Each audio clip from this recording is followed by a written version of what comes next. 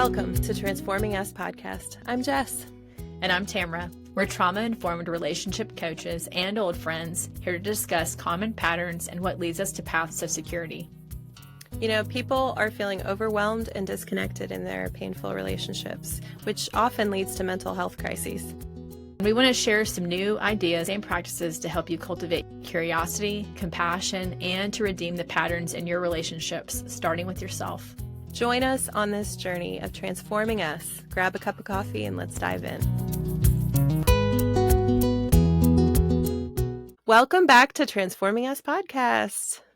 Hey everybody, I'm so glad to be back. Today we're going to be diving into something really practical. It's really powerful.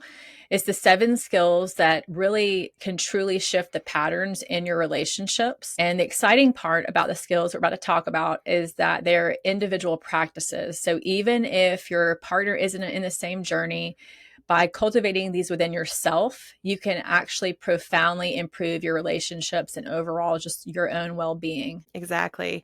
So really excited to talk about these skills. They're really foundational to just how our patterns show up in relationships. And so we love to combine Enneagram and attachment theory, which I know in future episodes we'll get deeper into. So we might give a few examples today of a certain attachment style or Enneagram type. And that's just we want to give you a little hint of what's to come and how we're combining these different systems. But these skills are at the core of everything we want to talk about at Transforming Us, you know, that they influence every dynamic in relationships and even just what's going on inside of us. So we're going to take the time to break down each skill 1 through 7. And so stay tuned to the very end.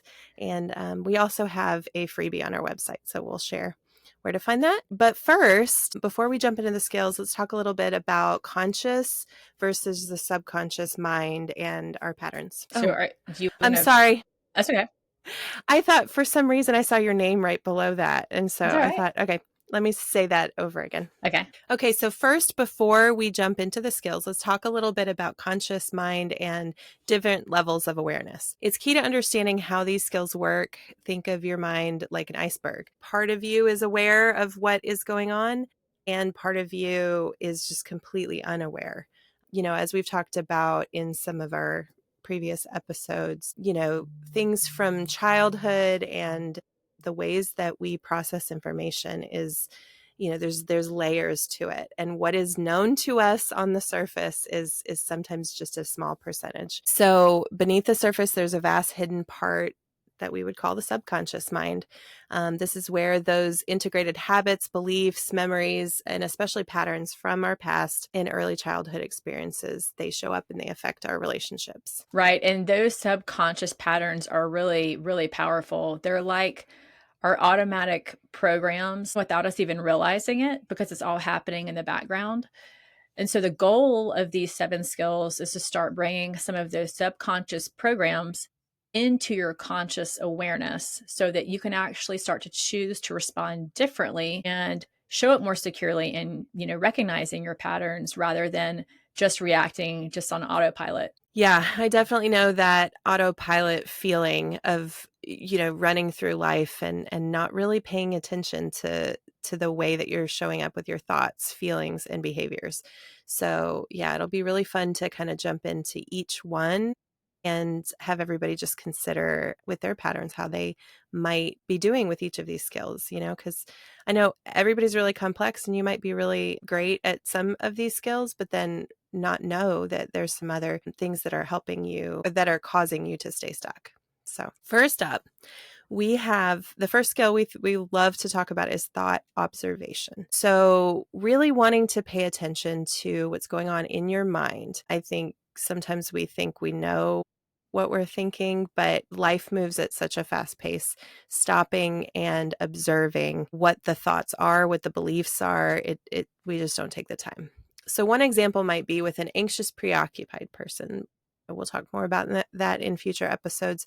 But somebody who has an anxiety in relationships, they often are prone to overthinking or catastrophizing. Their thoughts reflect that. So, how you begin to take your thoughts captive is really important. So, what would you say maybe a taking your thought captive response might be for somebody who's kind of anxious leaning? Well, I think it's about just regularly observing your thoughts and just being able to notice how much is actually subconscious and then believing in your own mental agency. It's Hmm. also about just learning to take thoughts captive that are, something that we could recognize that we are having because of maybe some past trauma, you know, Mm. or emotional overreactions that are actually not truth.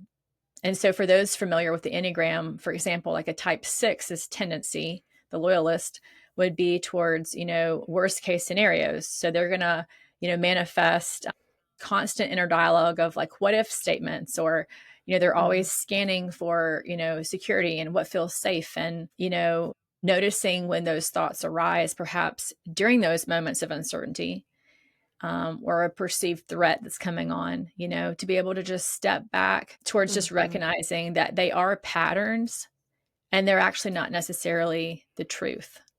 Yeah. So it's the thing is, it's just starting to recognize and look for the patterns. Because once you can recognize the patterns, then you can adjust, for different outcomes by doing something different. Yeah, like in that example for Enneagram type 6, who they tend to be kind of anxious leaning anyway, um, you know, having that awareness and observing a pattern of thinking, what if this might happen? And it's a worst case scenario. And that belief of, I need to get ahead of it. I need to plan. I need to fix. I need to control so that I don't feel whatever that feeling is. And this gets into future skills that we'll talk about in that emotional awareness. You know, if you don't observe your thoughts, then it's really hard to unpack all the other patterns. So actually putting words and naming beliefs is really important. Okay, so let's talk about one practical or a few practical ways that someone listening right now might be able to observe their subconscious mind and look at old insecure attachment behaviors and how they're showing up in their thought life. Let's pause and observe thought patterns and focus on the narrative that you're listening to or hearing. We could do something called stream of conscious writing. I know that's something that I've really benefited from because tend to be a more emotional person, and actually thinking what are the thoughts I'm having can be harder. So just sitting down and writing every single thought that comes to your mind, whether it's true or not, whether it sounds good or not, whether it makes sense, you just let it flow and you just don't stop writing. And that's a good way to get words on a page that represent the thoughts you're having. Naming beliefs, being able to put, okay, this is the story that I'm hearing, and I'm believing I need to blank. Pinpoint negative bias, being able to pinpoint the negative narrative in words so that you can flip it to something that's alternative, maybe more true, more positive. So, yeah. So moving on to a skill. Well, actually, I did want to say something real quick. Let me back up. Yeah. Um, just to reference something you said. Yeah, I just want to say I have practiced the stream of conscious writing before. It was actually an art practice where they had suggested doing that. I highly recommend doing that because it's really cool to allow yourself. I don't feel like that's a normal practice we think to do. Even journaling, is a little more contained, but like when you truly like just write and you don't let your pencil stop, it's really cool what can come out and what you can realize. So I just wanted to say, like, I Yeah. like that one a lot. So moving on to the next skill that is overlooked is somatic processing. And basically that is noticing any stress that you might be holding in your body, and you're actually taking the time to release any trauma that's held through movement. You can do it through breath work. It could be contemplative practices. It's believing that the sensations that are coming from your body can actually tell you what your thoughts cannot. So then listening to them. So, for example, like an Enneagram type 8, they have a drive to push through discomfort. So, this could be a challenging thing for them because their core desire is to self protect.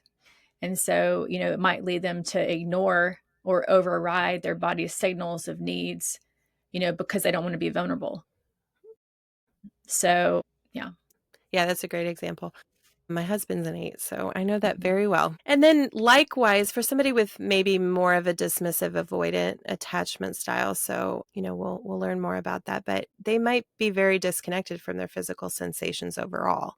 So they may not know what's going on in their body. And that can be like a coping mechanism, a little bit of dissociating from, you tend to be left brain thinking and logical and not emotional and not sensory. So a simple like what's one simple practice that they could start trying to release physical tension and maybe begin acknowledging their body's information as something valuable? I know something I've even taught my husband to do is this like tense and release type practice where the stress is great and you bring a lot of energy into your muscles to just like tense up certain parts of your body and then relax them fully. It can give you an awareness of like, okay, where is actually um, not feeling well? Like, where am I holding stress and frustrations and things like that in my body? And then the processing part can come through just you're finding ways to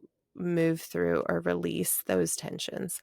Some people hold it in their neck and they get headaches. Some people have stomach discomfort from stress and um, you know, breathing can be a fix all for any tension in the body anywhere. So learning certain breath patterns that you like, and there's many, we could never go through them all today, but somatic processing is using your mind and your intention to just notice whether you're well or not physically. And we can think that things aren't affecting us because we're not crying about it or, we're not blowing up on people. But oftentimes very controlled people will stuff things and it affects them in their body. Mhm.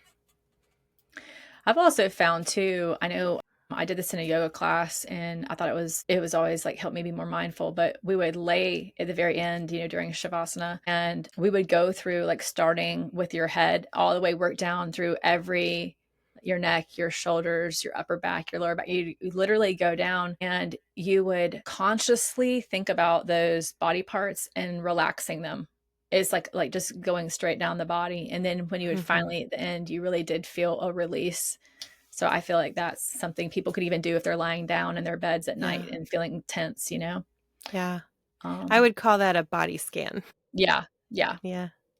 Yeah. And so basically, the question is, why do you think it's so important for us as individuals to learn to listen to what our bodies are telling us, especially when we're trying to move towards secure attachment and just gain greater emotional regulation? What our conscious mind does not usually get stuck emotionally or physically.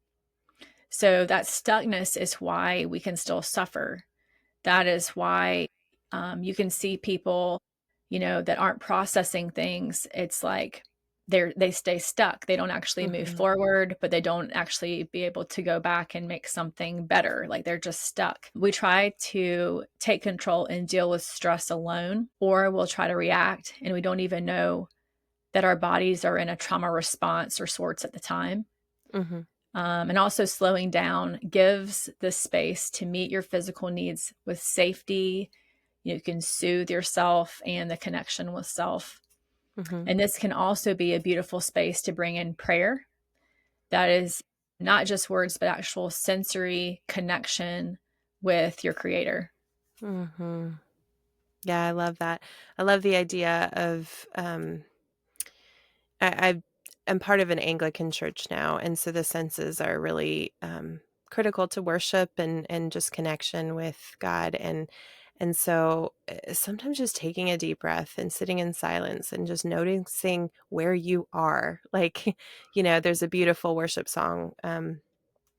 Be where you they're talking about being where your feet are, and I love that, like feel the chair beneath your butt and like feel the air on your skin and notice God's presence like here, like right here with us. And, that's somatic awareness, Mhm. and I do think when you do that, you also are present. and Mhm. you are not rushing ahead to the future or fearing a bunch of things. You're in your body. Yeah, So I love that.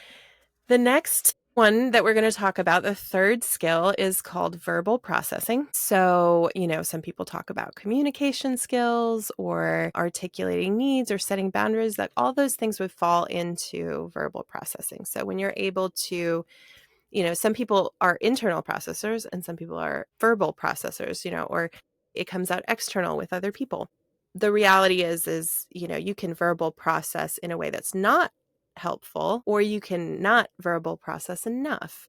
So we'll talk about all that. So it's pretty straightforward, but there's a lot to it, especially as an individual practice. One common mistake people with anxious attachment pattern make is when they try to communicate their own needs, it often leads to indirectness or maybe passive aggressiveness. It's not clear. And each attachment insecurity has its own issues with verbal processing. So we're going for secure communication here. Yeah, and it's about cultivating the ability to use your voice by communicating your needs and setting healthy boundaries in your relationships. And it's also includes expressing your gratitude and your appreciation for the people in your life or for your partner and asking good questions to keep learning. Mm-hmm. Yeah, and one example might be for an Enneagram type 9. This is somebody who they struggle with assertiveness, having conflict due to their desire for harmony. Expressing their needs can feel disruptive, and they might avoid rocking the boat, even when their boundaries are being crossed, which ultimately this erodes their sense of self in the relationship. So, for anyone who struggles with setting personal boundaries, what's a good first step they can take to practice asserting themselves in a way that feels empowering rather than confrontational, or maybe like building more securely defined self within their relationships? Like, what do you think? Well, you can keep it simple. You can avoid over explaining or getting bogged down in with too much detail. You can stick to the point and don't allow blame shifting. I think a lot, I tell my family and my kids, when there's communication or conflict, it's like not what you say, it's the way you say it. So Mm-hmm. if you're coming in and you're being very defensive and you're shifting blame and not owning your part, then people are going to naturally be defensive and it's not going to Mm-hmm. be effective communication. So I think delivery is huge. Again, it's being the self awareness of us being able to regulate first before we speak so that it can be received to the best advantage for the situation for both people. Mm-hmm. Also, just staying positive with request, saying I, using I statements instead of you. You sounds very blaming, like you don't ever do this, like Mm-hmm. that's, can feel very criticizing and people can not hear the actual point that you're trying to say because they feel so defensive. So using I statements or even we, that works well too. And then understanding the difference between differentiation versus enmeshment.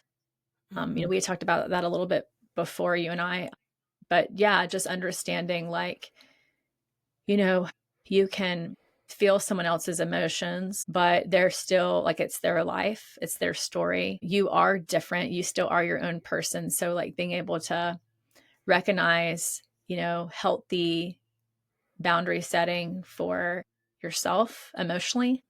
So, yeah. Mm-hmm. Yeah.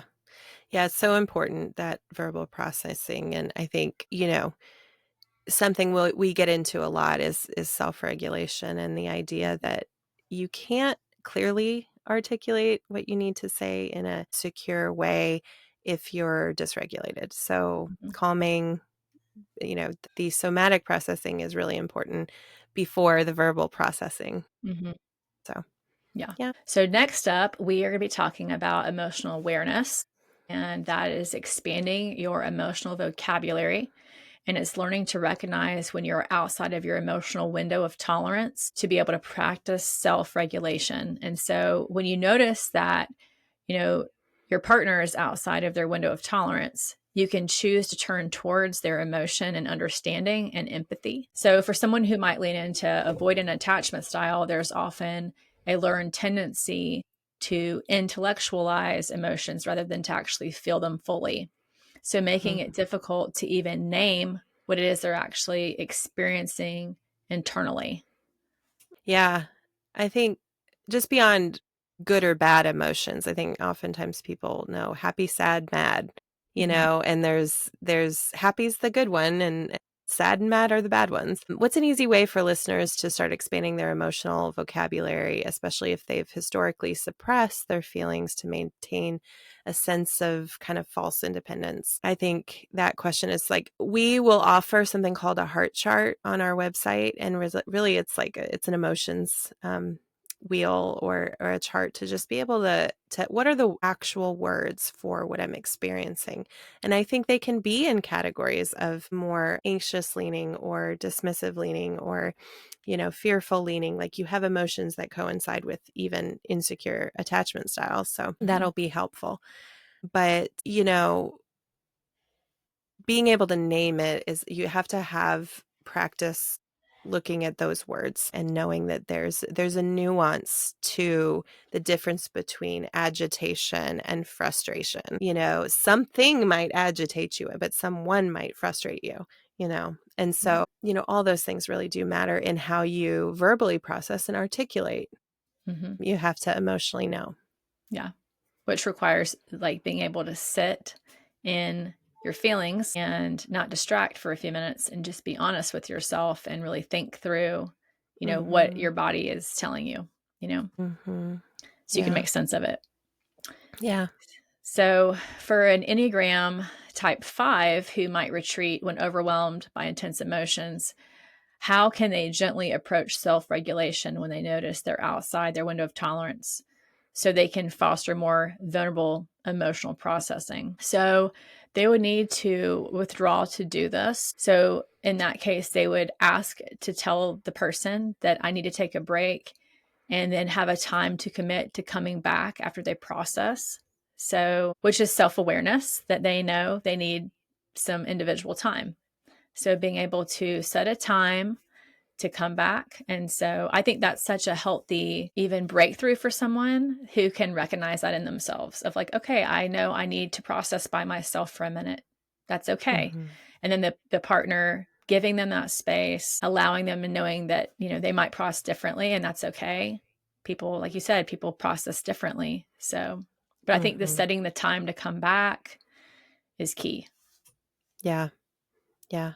And I mean, I think likewise, somebody who is a high verbal processor, that they're quick to say stuff, Hmm. they need to pause and emotionally process before they say, you Hmm. know. And so, yeah, everybody's so unique, and understanding Yeah. your patterns will help you know how to apply these skills. So then we have positive reframing is another skill that we like to talk about. And this can be very challenging, especially when we're in a negative space. Like maybe a bunch of stuff has happened, we feel hurt, we feel rejected, or things just didn't go as planned. So, our emotions are stirred up and we know all this is happening. So, ideally, we will have done some thought work and some emotion work and some body work to kind of understand what's going on first, but then comes the positive reframing. So it's like, here's the work of, I'm actually rewriting what it is that I want to say or how I'm thinking about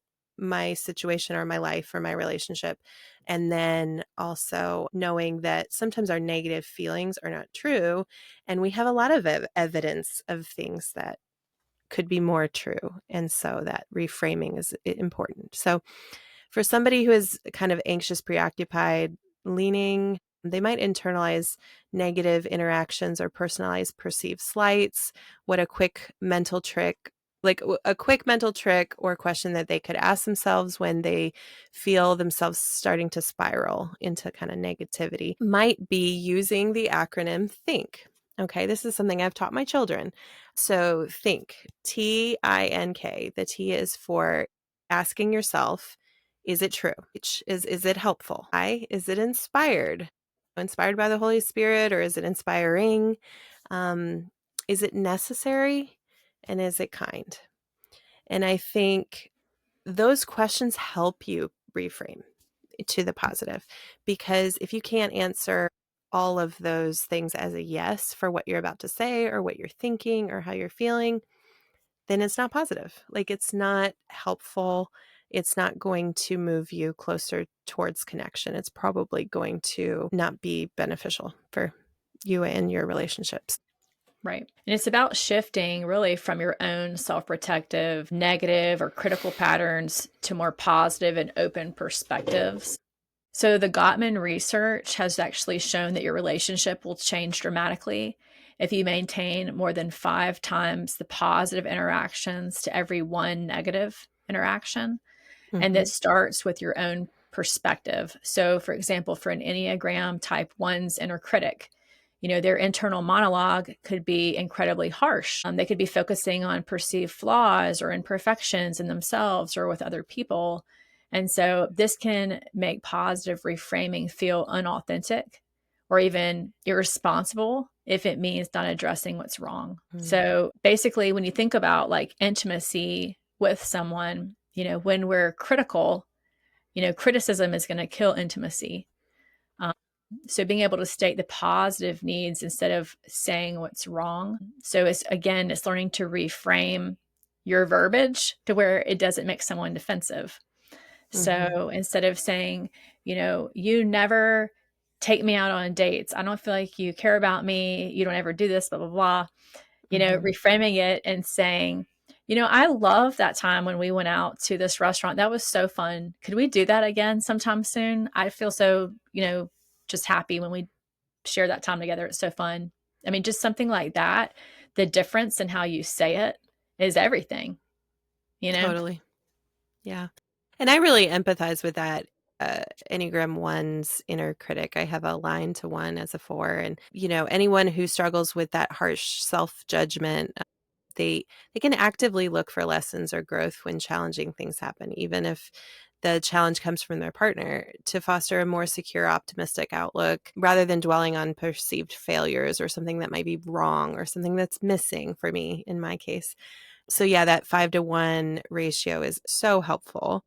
And that is really just in conflict. The Gottmans have been the number one researchers for like 40 plus years in the world, really. They are known for figuring out what helps like marriages and couples stay happy and flourishing, and then what are the key factors in them divorcing or dissolving or being very unhappy. So they know what they're talking about. So the goal here with all of this is practice. And the Gottmans talk about something called positive sentiment override. So, we talked about, I mean, just with positive reframing, what the goal there is if you practice enough little moments of positivity and bringing positive comments and statements and appreciations into your relationship, and into your interactions with other people, you start to have positive thoughts and feelings about them too. So that's what causes the positive sentiment override.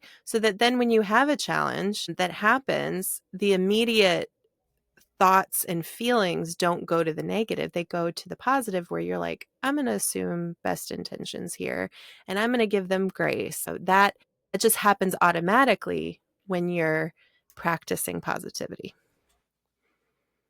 So, And our sixth skill is soft resilience. It's embracing open mindedness, it's being flexible, it's being curious, it's a kind approach to yourself and to others.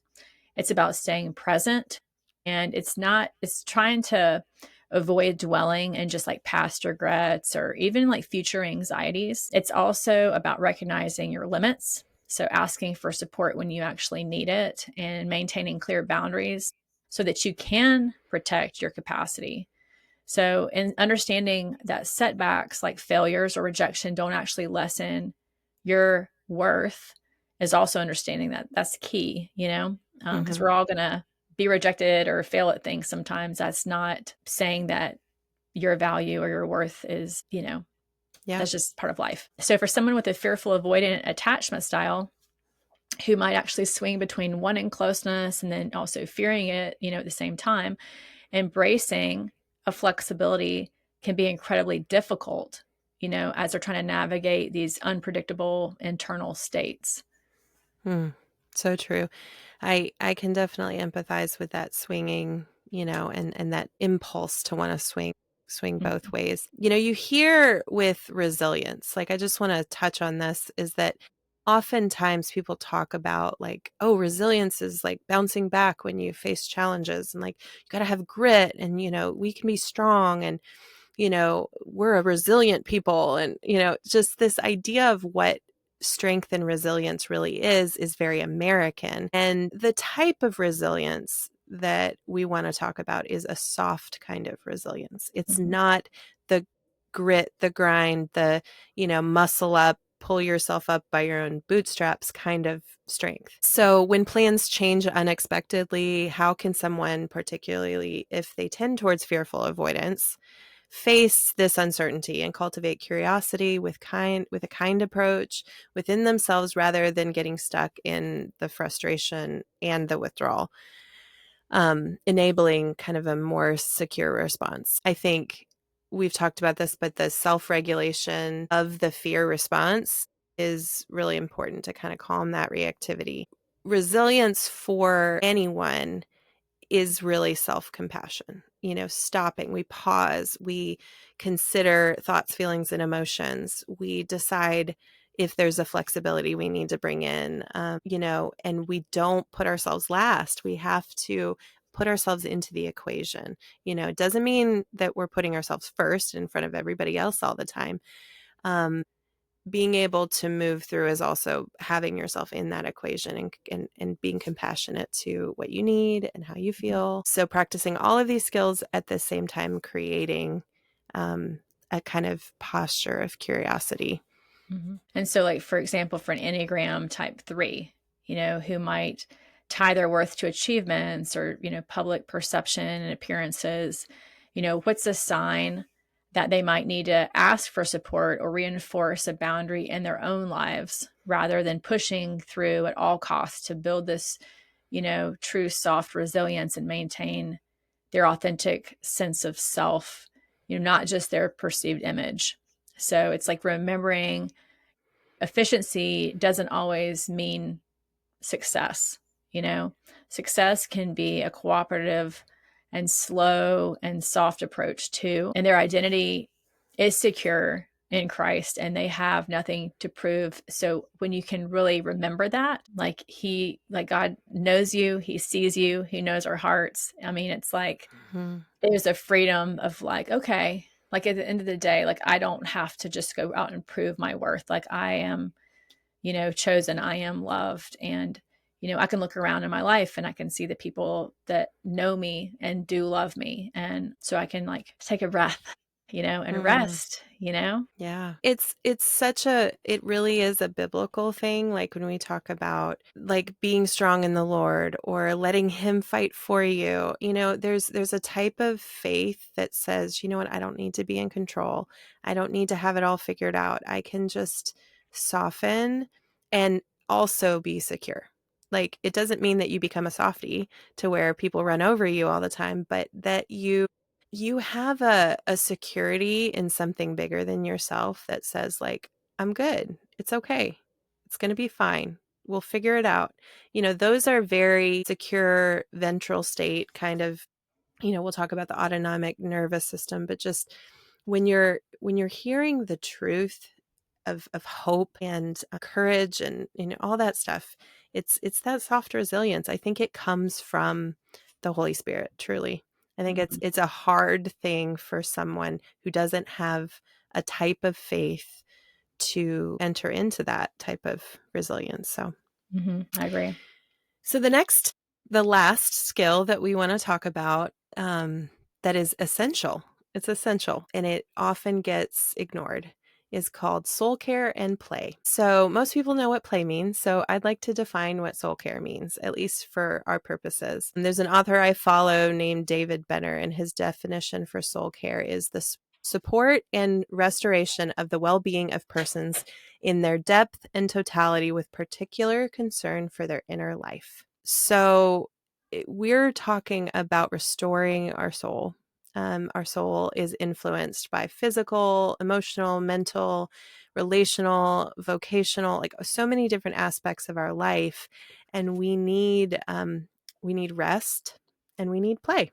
So it the play sounds like a fun one, but I imagine it's probably still very hard for some people. But it's crucial for individual well-being and for relationships. So those with kind of an avoidant attachment style, they might historically prioritize their independence over connection and struggle with being vulnerable to have self-care or soul care. What do you think a gentle way of starting to prioritize soul care without feeling selfish or burden might be? Is a question that I've gotten. So taking a solo day. I would call it a day just by yourself for reflection, journaling, understanding your needs and emotions. Some of the practices we've talked about so far in this episode, you know, giving yourself the space to do this processing, do this writing, identify what you need to communicate to others and to God, prayer. I mean, this is all part of soul care. So that's definitely a good way to start with the soul care side of things. Yeah. And it is really vital. It's really just like dedicating a time just for a slower pace to just be able to personally reflect and just a space where we can foster growth and also have fun. And research does show that being friends with your partner is vital to relationship satisfaction. So friendship is key. It's about you staying curious and, being able to give affection and making time for play to actually enjoy life together and do things, put things on your calendar that you can look forward to having fun together. Mm-hmm. It's about um, really trying to be more conscious of that in our lives. And so an example would be like Enneagram type two's focus is serving others. So taking time for themselves to actually feel selfish and like often they're so focused on other people that they can, neglect their own needs. So even through their own well-being is foundational, for their ability to be able to give authentically and foster secure reciprocal relationships. So like, you know, they need to, I think sometimes, yeah, we can just have this narrative. It's like a false narrative of like, well, I don't feel like I should do that. I feel selfish. I should be focusing. But it's like, in order for you to be your best self for your partner or your friends or your family or your kids, like you have to be good. You have to be individually well. And Mm-hmm. being individually well is you can't just constantly pour out without taking time to receive and be filled back up. Mm-hmm. So I just think Yeah. that's very important. Yeah. Speaking of I was thinking about a well and the idea that, people can't draw from your well, they can't Mhm. draw from if you're dry, if you're empty, if you don't have a source that is filling you up. So sometimes wells dry up. Mhm. We need to make sure we're connected to sources that are filling us, and soul care is definitely part of that. And I think also about the two's natural inclination to focus outward and how they can intentionally bring more playfulness into their relationship with effort, even if it feels like they're the only ones initiating it, knowing that their joy and inner security fuels healthier, more vibrant connections. So soul care and play is not frivolous. You said the word selfish, but I personally have used this term thinking about soul care in the past, and I pride myself on being resourceful and not wasting anything. And so the idea that it's not a waste, and actually, God has unlimited resources and he wants to pour out constantly. He never runs out. And I don't have to be worried about that. I think it's really, really important to keep in mind that this is not a frivolous or extra thing, but it's essential to be whole uh, people that can give to others. Play is also essential to laying down our self protections, right? When we kind of act playful and we let down our guard and we become like children again in a way, and children are often not super concerned with having control or people's image of them. They're just really present, and they're just really able to be in the moment and have joy. So I think as adults, we lose that and we need to regain it. So just Yeah, really I agree. helpful to make time to play and be playful in your relationships too. So that was a lot. I think we definitely covered each one at length, and we'll just continue to echo these skills throughout all of our podcasts. We want to reinforce these 7 key skills because they lead to thriving in relationships. And it really doesn't matter what your partner's doing. These are things that you can practice alone and influence the health and the growth in your patterns. Mm-hmm. And remember that this is a tool for self-discovery. It's not to just, judge yourself. Like these are good things. The 7 skills to shift assessment we have developed is a great tool to see where you're currently at with these habits. And you can also check out that heart chart under our resources page on our website. Yeah. You can find those assessments on the website, transformingus.org. It helps you reflect on your current habits and skills. You can score yourself like a 1 to 5, how true each statement feels to you. It's really simple, easy to do, and it helps you know, like, wait, am I actually really struggling in a lot of these areas? Do I need to get some one-on-one coaching or some help or jump into one of our groups? There's a lot of ways you can go with this, but it's really good information. Yeah. And then you can actually total your score, and it gives you a snapshot of your current relationship skills. So, for example, a 90% or better would mean that you're consistently demonstrating most of these essential skills for secure or thriving relationships. And, if you're in the 80% or the 89.9% range, you're demonstrating some of these skills. So, there are areas where you could significantly benefit from more focus and just having that more intentional effort when you're aware. So if your score is lower, it could highlight several key areas where intentional development could really lead to more profound positive change for your life, your relationships, and just your overall well-being. Yeah. Yeah, I personally love assessments just to give more information, more data on what's going on. They're not everything. Some assessments are really only depends on how self-aware you are. But I have enjoyed doing different types of assessments over time, which is why I've enjoyed creating them. Because they just give you good information, and then you can kind of just keep coming back and evaluating those questions. But this has been really fun to just get to see you, and this is the core of everything that we're wanting to like teach people. Yeah. So it feels really close to my heart. Mm-hmm. Well, thanks for joining us today, guys. We have loved having you here and talking with you. Yeah. And thanks for being here, Jess. Yeah. May you be open to everything that comes to you today because you know that it is for your transformation.